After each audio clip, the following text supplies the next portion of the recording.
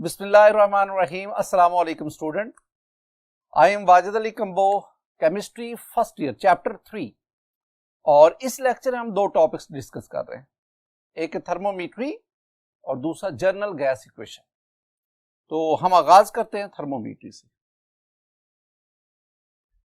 Student, थर्मोमीट्री अगर आप meaning को देखेंगे तो तीन चीजें आ गई, थर्म, मेटिरॉन और वाई। I mean thermometer, therm mean heat, therm mean temperature और मेटिरॉन टू मेजर। तो थर्मोमीट्री वो टेक्निक, वो आर्ट जिसके जरिए हम टेम्परेचर को मेजर करते हैं। तो thermometry the art of measuring temperatures of substances। तो टेम्परेचर, सब्सटेंसेस का टेम्परेचर मेजर करने का आर्ट थर्मोमीट्री कहलाता है। स्केल्स ऑफ थर्मोमीट्री, हम ना 3 डिफरेंट स्केल्स यूज करते हैं टेम्परेचर मेजर करने के लिए। फर्स्ट ऑफ ऑल सेल्सियस और centigrade scale, the second one Fahrenheit scale and third one is kelvin और एब्सोल्यूट स्केल। इन तीनों स्केल्स के बारे में कुछ चीदा बातें। सेल्सियस स्केल, सेंटीग्रेड, दो अल्फाज। Celsius, it was introduced bye Austrian chemist Alexander Celsius, लिहाजा उसी के नाम पे हम इसे सेल्सियस स्केल भी कहते हैं। सेंटीग्रेड, सेंटम 100, इसमें हम ना आगे चल वो आपको मैं बताऊंगा भी, इसमें हम melting point of ice, boiling point of water, उसके दरमियान जो डिस्टेंस है उसको 100 इक्वल पार्ट्स पे, तो that is why it is called the centigrade scale. इसमें जो टेम्परेचर है उसको हम मेजर करने के लिए डिग्री सेंटीग्रेड इस्तेमाल करते हैं, डिग्री सेंटीग्रेड।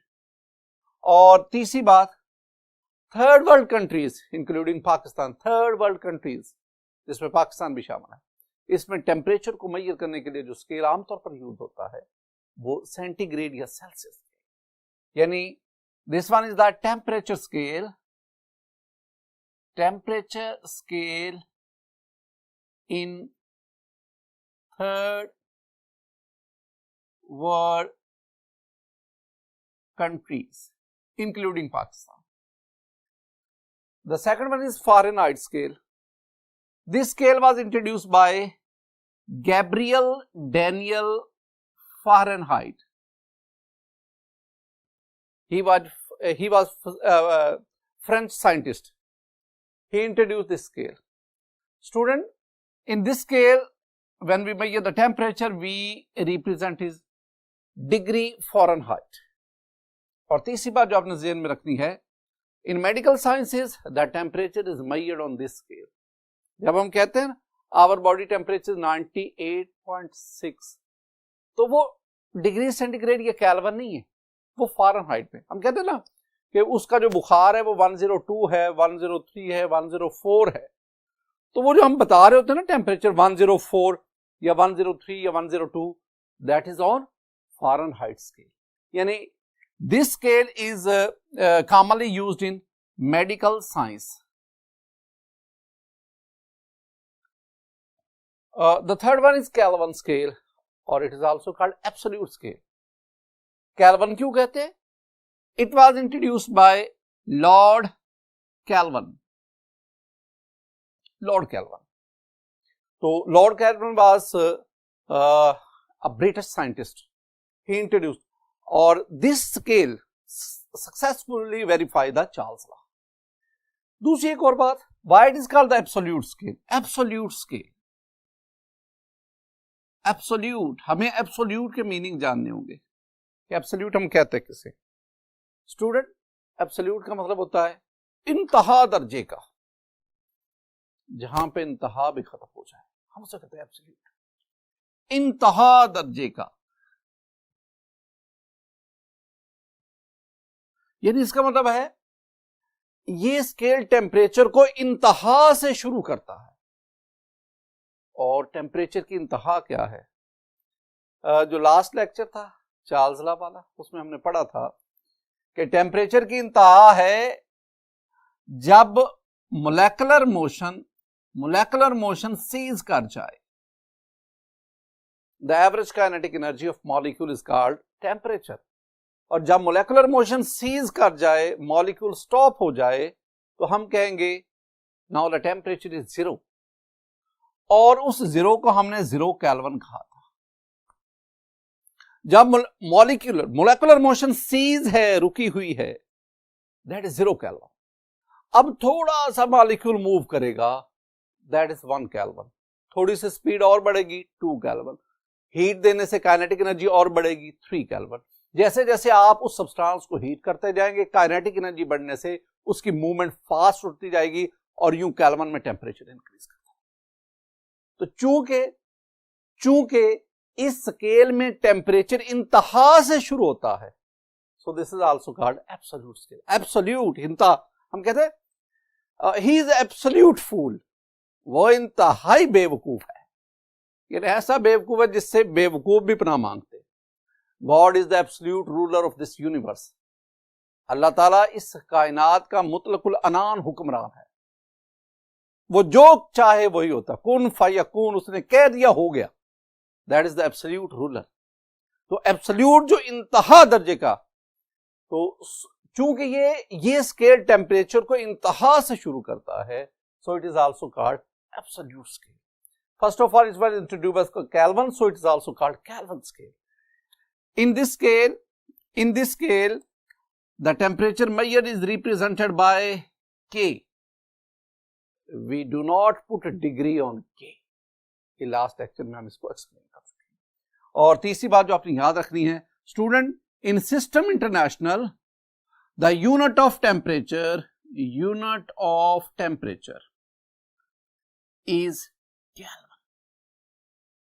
और साथ ये भी याद रखना है कि in scientific work the temperature is measured on this scale.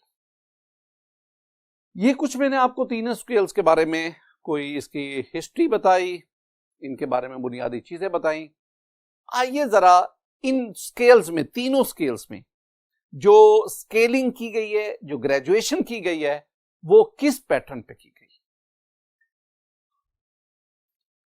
Student, तीनों temperature scale, centigrade, Fahrenheit, kelvin, इनको समझने के लिए ना मैं एक थर्मोमीटर लेता हूं। इस थर्मोमीटर पर कोई स्केलिंग, कोई ग्रेजुएशन नहीं लगी हुई। हम इसके ऊपर ना 2 मार्क्स लगाते हैं। पहला मार्क मैं लगाता हूं by putting the thermometer in melting ice. आप थर्मोमीटर को आइस में पुट करें, जहां तक मरकरी राइज करेगा, यहां पे एक mark. This mark tells us that this one is the melting point of ice. अब आप इसी थर्मोमीटर के बल्ब को बॉइलिंग वाटर में पुट करें। अब ये बॉइलिंग वाटर में रखने पर ये मरकरी एक्सपेंड करेगा, इट राइजेस अबव, ये ऊपर मूव करता जाए और एक पॉइंट तक पहुंचेगा। Mark this point as boiling point of water. इसका मतलब हुआ कि हमने इस थर्मोमीटर पर 2 पॉइंट्स मार्क कर लिए। First one is the melting point of ice and the above this one is a boiling point of water. अब तीनों स्केल्स पर 1 by 1 आए। जब हम सेंटीग्रेड स्केल की बात करते हैं, सेल्सियस स्केल की बात करते हैं, the melting point of ice is 0 degree centigrade, while the boiling point of water is 100 degree centigrade. This boiling point of water is taken at 1 atmosphere pressure. The distance between 0 degree and 100 degree, I mean between melting point of ice and the boiling point of water, the distance between these 2 marks is divided into 100 equal parts and each part is called 1 degree centigrade. अब हम बढ़ते हैं Fahrenheit scale की तरफ। Student, in Fahrenheit scale the melting point of ice is taken as 32 degree Fahrenheit, while the boiling point of water is taken 212 degree Fahrenheit. And the distance between melting point of ice and the boiling point of water is divided into 180 equal parts. Each part is called 1 degree Fahrenheit. अब यहां पे ना दोनों में तकाबल comparison देखना है. आपने centigrade scale में, सेल्सियस स्केल में उतना जो डिस्टेंस था उसको 100 पार्ट्स में, और फारेनहाइट में आके आपने उतना ही डिस्टेंस 180 पार्ट्स में डिवाइड किया. इसका मतलब हुआ कि फारेनहाइट में हर एक जो पार्ट बन रहा है, आई मीन 1 डिग्री फारेनहाइट, वो डिग्री सेंटीग्रेड के मुकाबले में छोटा है. इतना छोटा है. अगर आप 1 डिग्री सेंटीग्रेड लेंगे उसके बराबर 1.8 डिग्री फारेनहाइट आएगा. अब अगर आप केल्विन स्केल पे चले जाए और आप केल्विन स्केल में इसको वैल्यूज को लिखें, तो the melting point of ice in kelvin scale, the melting point of ice is 273 Kelvin, while the boiling point of water is 373 Kelvin. The distance between melting point of ice and boiling point of water is divided into 100 equal parts, and each part is called 1 Kelvin. अगर मैं तीनों scales को compare करूं तो मैं लिख सकता हूं कि 1 degree centigrade that is equal to 1 Kelvin, that is equal to 1.8 degree Fahrenheit. अब हम आगे बढ़ते हैं. हम इन तीनों स्केल्स की इंटर कन्वर्जन को स्टडी करते हैं. Student, inter conversion of temperature scale. अगर आपने सेंटीग्रेड में स्केल टेम्परेचर मेजर किया तो उसको हम केल्विन में या डिग्री फारेनहाइट में कैसे कन्वर्ट कर सकते हैं, और अगर आपने फारेनहाइट में टेम्परेचर मेजर किया तो उसको हम केल्विन में या डिग्री सेंटीग्रेड में कैसे कन्वर्ट कर सकते हैं. आइए जरा इसको देखते हैं. पहले मैं आगाज करता हूं कन्वर्जन ऑफ, ये पहला conversion of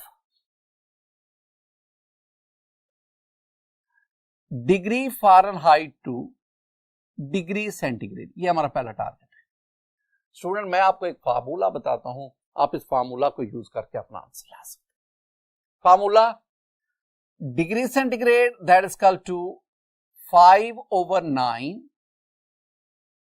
temperature in Fahrenheit -32. इस फार्मूला की मदद से आप वो टेम्परेचर जो डिग्री फारेनहाइट में दिया गया उसको सेंटीग्रेड में कन्वर्ट कर सकते हैं. इसके बरक्स अगर मैं आपसे कहूं कि how would you convert degree centigrade to Fahrenheit, यानी इसके बिल्कुल उलट. तो अगर आप टेम्परेचर डिग्री फारेनहाइट पे लेना चाहते हैं तो फार्मूला याद रखना है 5/9 डिग्री सेंटीग्रेड प्लस 32. इसमें ना इनको आपस में मिक्स नहीं करना. यहां देखेंगे तो मैंने इन दोनों के गिर्द स्मॉल ब्रैकेट लगाया. तो पहले आप फारेनहाइट का टेम्परेचर 32 में से माइनस करें तो जो आंसर आएगा फिर उसको 5/9 से मल्टीप्लाई करेंगे. यहां ऐसा नहीं है. यहां आपने 9/5 यहां पे डिग्री सेंटीग्रेड में टेम्परेचर लेना है और फिर आपने इसके साथ मल्टीप्लाई करके जो आंसर आएगा उसको 32. तो ये आपने इनको कंफ्यूज नहीं करना, याद करके रखना. अच्छा, मैं आगे भी बढ़ता हूं लेकिन एक आपसे एमसीक्यू पूछता हूं. Very simple and very important MCQ. MCQ ये है कि which of the following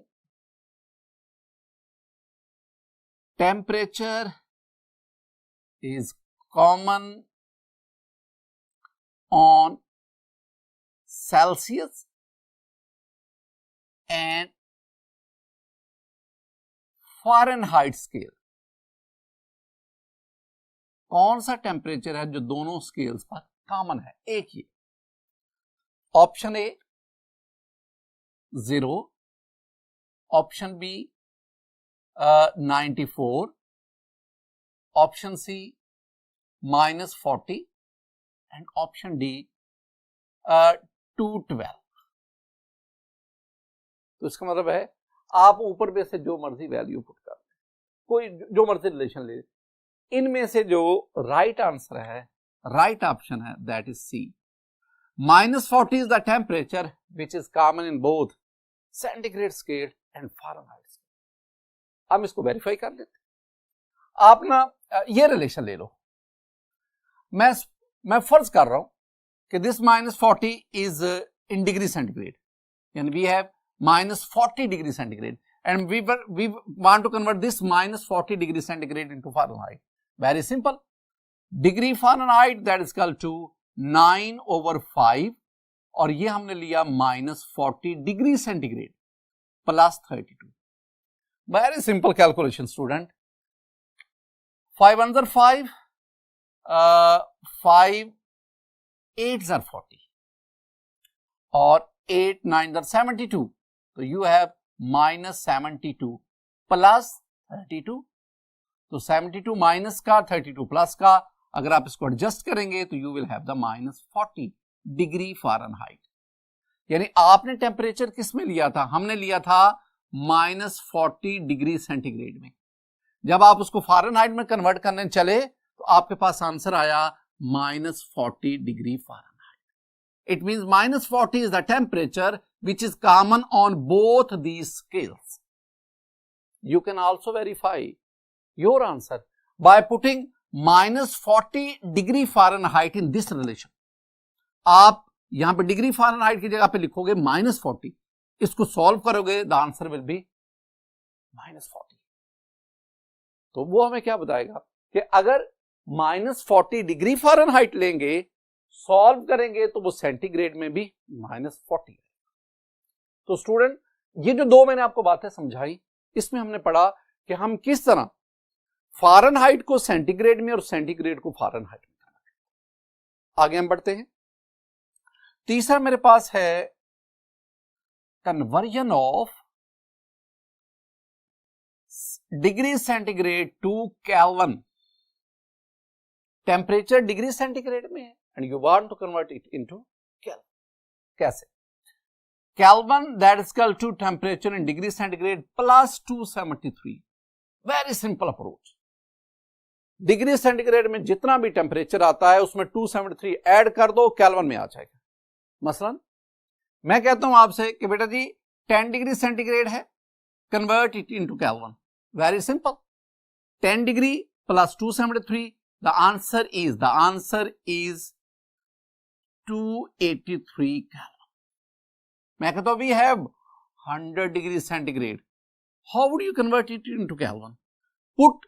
Add 273 in 100, we get 373 Kelvin. On the other hand, अगर आप केल्विन को सेंटीग्रेड में कन्वर्ट करना चाहते हैं, conversion of kelvin two degree centigrade, तो वेरी सिंपल. अब आप डिग्री सेंटीग्रेड जानना चाहते हैं, ये 273 दूसरी तरफ ले जाओ, इधर ऐड हो रहा है, इधर जाके सब्ट्रैक्ट होगा, माइनस हो जाएगा. आपके पास आएगा degree centigrade that is equal to Kelvin minus 273. तो ये है एक और बात. अब मैं कहता हूं कि how would you convert kelvin into Fahrenheit. आप केल्विन को फ़ारेनहाइट में कैसे कन्वर्ट? स्टूडेंट, उसके लिए कोई डायरेक्ट रिलेशन नहीं है, तो फिर कौन सा वे यूज करना? यानी टारगेट क्या है कि हम केल्विन को डिग्री फ़ारेनहाइट में कन्वर्ट करना चाहते हैं. तो बेटा जी इसके लिए कोई डायरेक्ट हमारे पास रिलेशन नहीं है. तो फिर हम क्या करेंगे? हम पहले केल्विन को सेंटीग्रेड में बदलेंगे, फिर सेंटीग्रेड को फ़ारेनहाइट. यानी पहले केल्विन को सेंटीग्रेड में और फिर सेंटीग्रेड को फ़ारेनहाइट, यानी 2 स्टेप्स प्रोसेस होगा. ये था थर्मोमीट्री एंड वेरियस स्केल्स ऑफ थर्मोमीट्री. अब हम आज के दूसरे टॉपिक की तरफ बढ़ते हैं, that is general gas equation. This one is also called the ideal gas equation. Ideal gas, general gas equation, an equation which is completely absolutely applicable to the ideal gases. अच्छा, ये जो topic student हम पढ़ेंगे ना, इसमें आपका जो previous knowledge है वो ज्यादा कार फरमा है. यानी आपने बॉयल्स लॉ के बारे में पढ़ा, चार्ल्स लॉ के बारे में पढ़ा, एवोगाड्रो लॉ के बारे में पढ़ा. तो जनरल गैस इक्वेशन बनाते वक्त इसकी फॉर्मेशन में हम उन तीनों लॉज को कंबाइन करेंगे. देखिए, अकॉर्डिंग टू बॉयल्स लॉ आप पीछे पढ़ के आए हैं. बॉयल्स लॉ में हम क्या कहते हैं कि volume is inversely proportional to pressure when the temperature and number of moles are constant. This one is the Boyle's law. Charles law पे हो, चार्ल्स लॉ में हम कहते हैं volume is directly proportional to temperature. जितना gas को heat करेंगे उतना वॉल्यूम बढ़ेगा. इसमें हमने pressure and number of moles are constant. और अगर हम एवोगैड्रोस लॉ इसकी बात करें तो इसमें volume directly proportional to number of moles. यहां पे pressure and temperature are constant. ये जो तीनों लॉज हैं उनके जो रिलेशन है ये हम पीछे पढ़ के हैं. This one is relation 1, this one is relation 2 and this one is relation 3. अब इसमें जरा देखो, बॉयल्स लॉ में वॉल्यूम और प्रेशर वेरिएबल्स हैं, temperature number of moles constant. इसमें वॉल्यूम टेम्परेचर वेरिएबल है, pressure number of moles constant. इसमें volume number of moles variables हैं, pressure and temperature constant. Student मैं जो सेंटेंस बोलने जा रहा हूं इसको जरा तवज्जो से सुनिएगा. तो for a moment if we think that all these variables are kept constant, कुछ देर के लिए हम सोचें कि ये जो तमाम जो वेरिएबल्स हैं इनको हम कांस्टेंट करते हैं. मैं इन तीनों रिलेशन को कंबाइन करता हूं. अगर कंबाइन करूंगा तो मेरे पास आ जाएगा v, ये इधर है v, n और t ये न्यूमरेटर में चलेगा प्रोपोर्शनल टू n और t, और ये जो प्रेशर है ये डिनोमिनेटर में आ गया. तो मैंने इन तीनों रिलेशंस को जब कंबाइन किया तीनों को तो मेरे पास ये रिलेशन आ गया. इसमें प्रोपोर्शनैलिटी साइन खत्म करें तो v that is equal to constant NT/P. ये कांस्टेंट एक मशहूर जमाना कांस्टेंट है जिसे हम कहते हैं general gas constant, that is represented by R, capital R. तो अगर मैं कांस्टेंट की जगह पे लिखूं V is equal to R NT/P.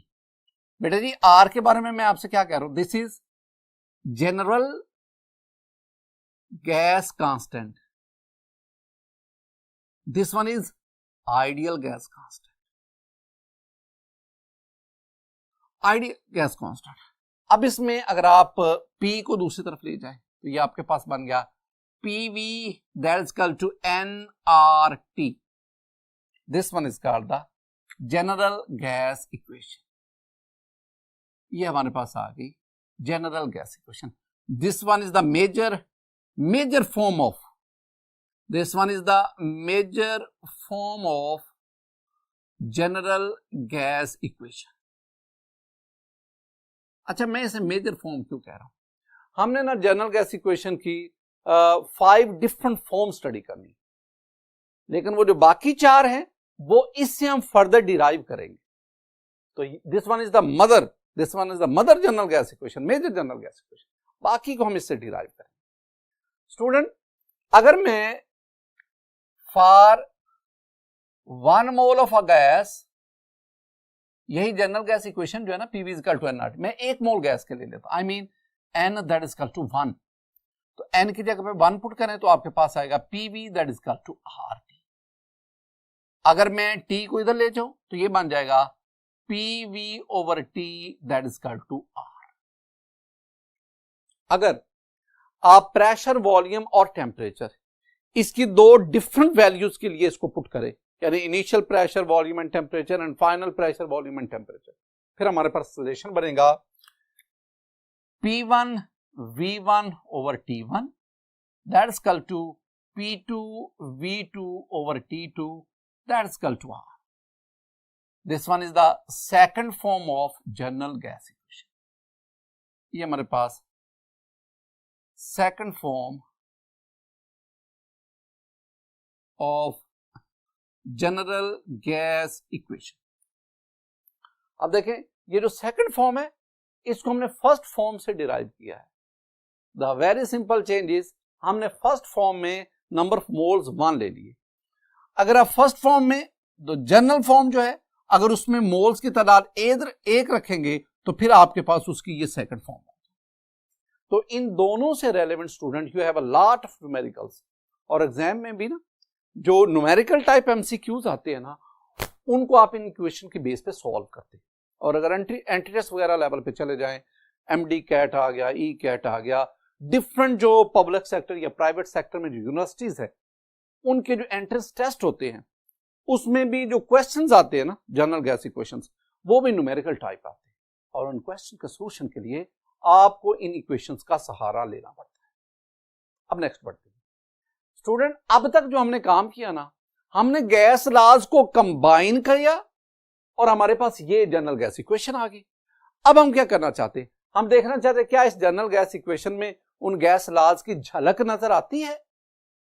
आइए इसको देखते हैं। यानी मैं ना जनरल गैस इक्वेशन से गैस लॉज को डिराइव करता हूं, derivation of gas laws from general gas equation. अच्छा, इसको सॉल्व करने से पहले ना, डेरिवेशन से पहले मैं आपको ना कुछ बेसिक बातें समझाना चाहता हूं ताकि मेरे लिए समझाना आसान हो जाए। हमने ना गैस लॉज को स्टडी करते हुए ये पढ़ा था कि बॉयल्स लॉ के बारे में हमने जो रिलेशन लिया था, मैथमेटिकल रिलेशन, वो था PV that is equal to K. Boyle's law के बारे में स्टूडेंट, चार्ल्स लॉ के बारे में जो हमारी फाइंडिंग थी ना वो था V over T that is equal to K. और एवोगैड्रोस लॉ के बारे में, एवोगैड्रोस लॉ के बारे में जो हमारी फाइंडिंग थी, जो हमने पढ़ा, वो था कि V over N that is equal to K. ये जो चीजें ना, ये हमारा प्रीवियस नॉलेज है, ये हम पढ़ चुके हैं, और ये जो मैथमेटिकल फॉर्म्स हैं ये इन लॉज को रिप्रेजेंट करते हैं। अब जरा आए, मेरे पास जनरल गैस इक्वेशन क्या है? जनरल गैस इक्वेशन है PV is equal to NRT। और एक और बात जो आपने ध्यान में रखनी स्टूडेंट, ये जो R है ना, ये तो ऑलरेडी है ही कांस्टेंट, इसकी वैल्यू फिक्स है। जब हम ये टॉपिक पढ़ेंगे तो मैं आपको R की वैल्यू बताऊंगा जो फिक्स है, that does not depend upon the amount of pressure, volume, temperature, ये तो है ही ऑलरेडी फिक्स, कांस्टेंट है। अब जरा देखें, अगर मैं बॉयल्स लॉ की बात करता हूं, फॉर बॉयल्स लॉ यानी डेरिवेशन ऑफ बॉयल्स लॉ, तो मेरे पास है बॉयल्स लॉ क्या है? बॉयल्स लॉ है, इसको ले जाए PV that is equal to NRT, यानी derivation of Boyle's law from general gas. This one is the general gas equation.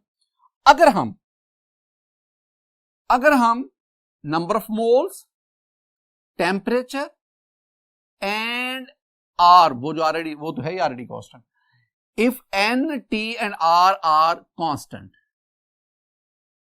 तो भाई बॉयल्स लॉ में हम नंबर ऑफ मोल्स और टेम्परेचर को कांस्टेंट ही रखते हैं।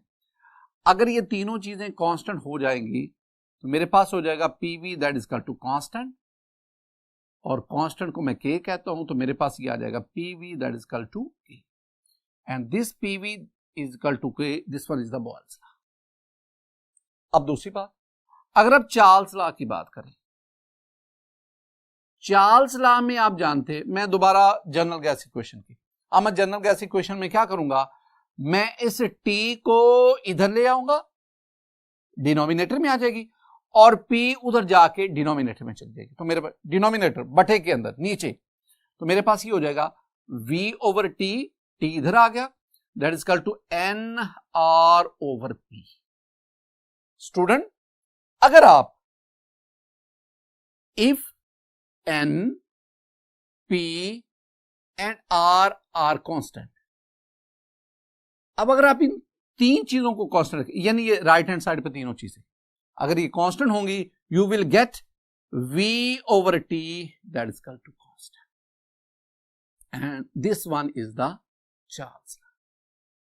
इसी तरह जब आप एवोगैड्रोस लॉ की बात करते हैं, तो एवोगैड्रो लॉ में आप क्या करते हैं, अब एवोगैड्रो लॉ की सूरत में आप N को इधर ले आएंगे, P को इधर ले जाए, ये बन जाएगा V over N। जब V over N एक साइड पे होगा, बाकी तमाम एक साइड पे, जो दूसरी तरफ जाएंगे, राइट हैंड साइड पे जाएंगे, आप उन सब को कांस्टेंट कंसीडर करें। जब कांस्टेंट कंसीडर करेंगे you will get V/n that is equal to constant that is equal to K। इस तरह हमने इन तमाम जो कैलकुलेशन इसकी मदद से हमने जनरल गैस इक्वेशन से ये तीनों गैस लाइज इसको डिराइव। पहले हमने क्या किया, पहले हमने तीनों गैस लॉज उसकी मैथमेटिकल उनके रिलेशंस को आपस में कंबाइन करके जनरल गैस इक्वेशन बनाई, और फिर 1 मोल के लिए उसकी सेकंड फॉर्म बनाई, और फिर हमने जाकर उसी जनरल गैस इक्वेशन से लॉज को डिराइव किया। स्टूडेंट आज के लेक्चर में हम दो चीजों को डिस्कस किया, एक था थर्मोमीटर जिसमें हमने वेरियस टेम्परेचर स्केल्स उनको पढ़ा, फिर हमने जनरल गैस इक्वेशन उसकी डिफरेंट फॉर्म्स और गैस लॉज को जनरल गैस इक्वेशन से कैसे डिराइव। अल्लाह ताला आपके इल्म में आपके आमाल में अपना फजल और करम फरमाए।